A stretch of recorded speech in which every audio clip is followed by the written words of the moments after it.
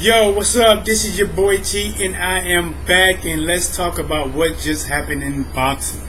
All right, there was a pretty big fight that took place tonight. We're talking about Adrien the Problem Broner versus Shawn Showtime Porter. Outside the ring, leading up to the fight, of course, Adrien Broner was the one that was more flashy. He's a talker. He's the one that definitely self-marketed himself.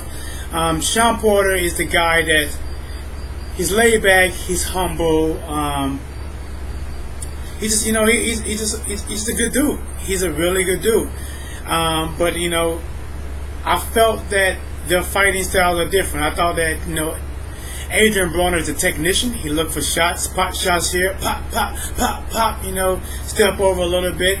Shawn Porter is definitely an aggressive fighter. He likes to lunge in with punches. He come in and he smother you. I felt that if Shawn Porter could smother Adrien Broner, it definitely could be a long night.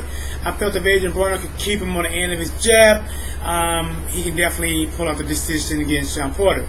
Well, let's get to the fight. Well, round one, from the very beginning of the round, I thought that Shawn Porter was doing something he shouldn't do. He was kind of bagging up, and Adrien Broner was the one that actually was pushing forward. You don't think that. And towards the midways of that round, that did change. You saw Shawn Porter that normally comes out, who's very explosive with his punches. And the one thing I saw from Adrien Broner that he has a tendency to do sometimes is he pulls straight back in a straight line, and he takes his guard and he kind of reaches out. Anybody know boxing is you can always go faster going forward than somebody going backward, which is why Adrien Broner got caught in an exchange. It was just a tough night. It was a tough night for Adrien Broner. Very tough night. I think he had a few moments here and there. I think Shawn Porter executed his game plan, a whole lot better. He smothered Adrien Broner. He took him out of his comfort zone. It's like when Adrien got to him, the only thing he could do was hope, I thought the refs was going to take a point away from him a long time ago because he was holding a lot, or he was getting behind the ears, holding and pulling down. What I thought Adrien Broner should have done when Shawn Porter did throw a come in like that, because Shawn Porter he comes in low, and he swings like this here, I thought maybe Adrien should have, this is just my opinion, maybe throw a jab or something, then shoot the uppercut as he comes in, and then roll out, Definitely one thing he should have done was go straight backwards. He was going straight backwards, which means, like I said, faster coming forward and going backwards. He should have maybe took a step back and then rotate left or rotate right. Either one of those would definitely have made him a lot more effective, either avoiding punches and being more comfortable. One thing I thought Adrien Broner done a little bit too much, he was trying to counter too much.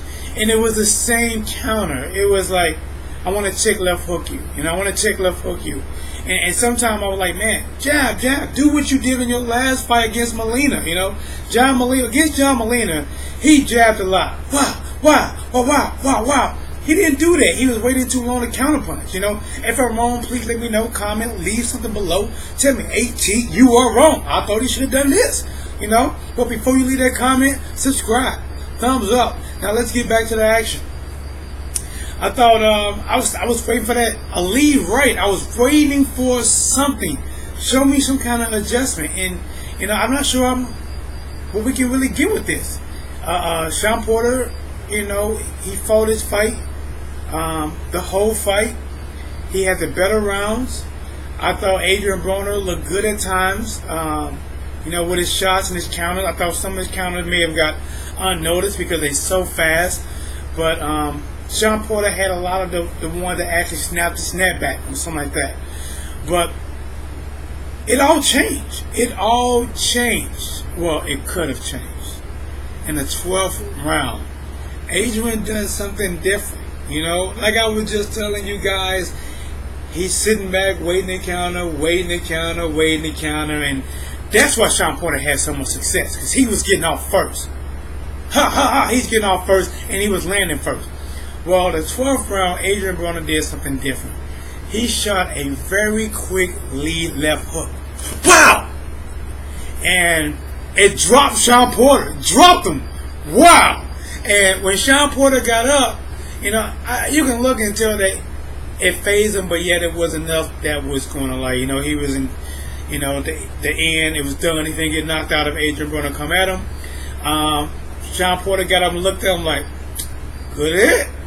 Nice shot, motherfucker. You know, he gave him that look like, good one. Good one. And Adrien came in, you know, and he was trying to be smart about it. A lot of people might say, man, go for it. But a lot of times when people go for it, they get knocked out, you know. But I did think Adrien should have went a little bit harder, you know, after landing a shot like that. I thought it should have been a little bit harder. But sometimes if you go back at Pacquiao versus Juan Manuel Marquez, you know, when he had, you know, Juan Manuel Marquez, you know, kind of on the runs a little bit, and he jumped in too much and he got caught with something that left him asleep all the way until he woke up for the Mayweather fight. And Shawn Porter done enough to hold on. He came back. He fought strong the last 12 rounds. The last 10 seconds, they both was banging, you know. But it was a Shawn Porter fight, you know. It was a Shawn Porter fight. I don't know. I may have gave Adrien Broner being nice, maybe four rounds, being nice, you know. People can argue with 3, people can argue with 5, 6, you know. There's always swing round. There's always swing round.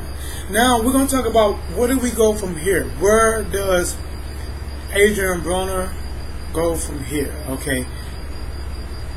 It's good and bad. It's bad. You took a loss, man. It's showing that every time you step up to high caliber fighters, you're failing. You know, that's not good.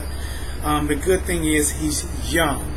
Another bad thing, he don't have the crowd with him. If you have the crowd on your side, you can come back and they want to see you. When you got a crowd, you know, like almost like a Mayweather crowd that wants to see you lose, and you lose, it's like, you know, that's pretty much it. I think he has to go back and he got to find his identity again. You know, I don't think he needs to jump in there, you know, with a sharpshooter, a fighter, you know. But then again, you know, that could be the thing that brings you right back to top. You throw him in there with somebody, they think he's going to lose because he just lost, and then all of a sudden he gets a win. And now he's back in the talks of regaining himself. Shawn Porter have just stepped himself up there to, in my eyes, gaining fights with people like Keith Thurman, Maidana. Matisse, I think, is down at 140, so I'm not sure if that's going to happen. But if Matisse will come up, I think that'll be a hell of a fight. Let me see, who else? Can't say Kell Brook, because I think if we must get Kell Brook, I think Kell Brook will win that. Kell Brook just got that height, that length, and a damn good job that will slow Porter down, which is what Adrien Broner should have been doing, using that jab to stop Shawn Porter progress, and he was not doing it. Well, there you have it. Hey, this is your boy T. You know, I might be forgetting some things. Like I said, just came home, watching the fight live, and I'm about to put this out there for you guys. Don't forget to like, share, thumbs up. This is your boy T. I know boxing. Matter of fact, I know boxing so much that I got a fight this Thursday coming up, and we're going to make it happen. What's blazing?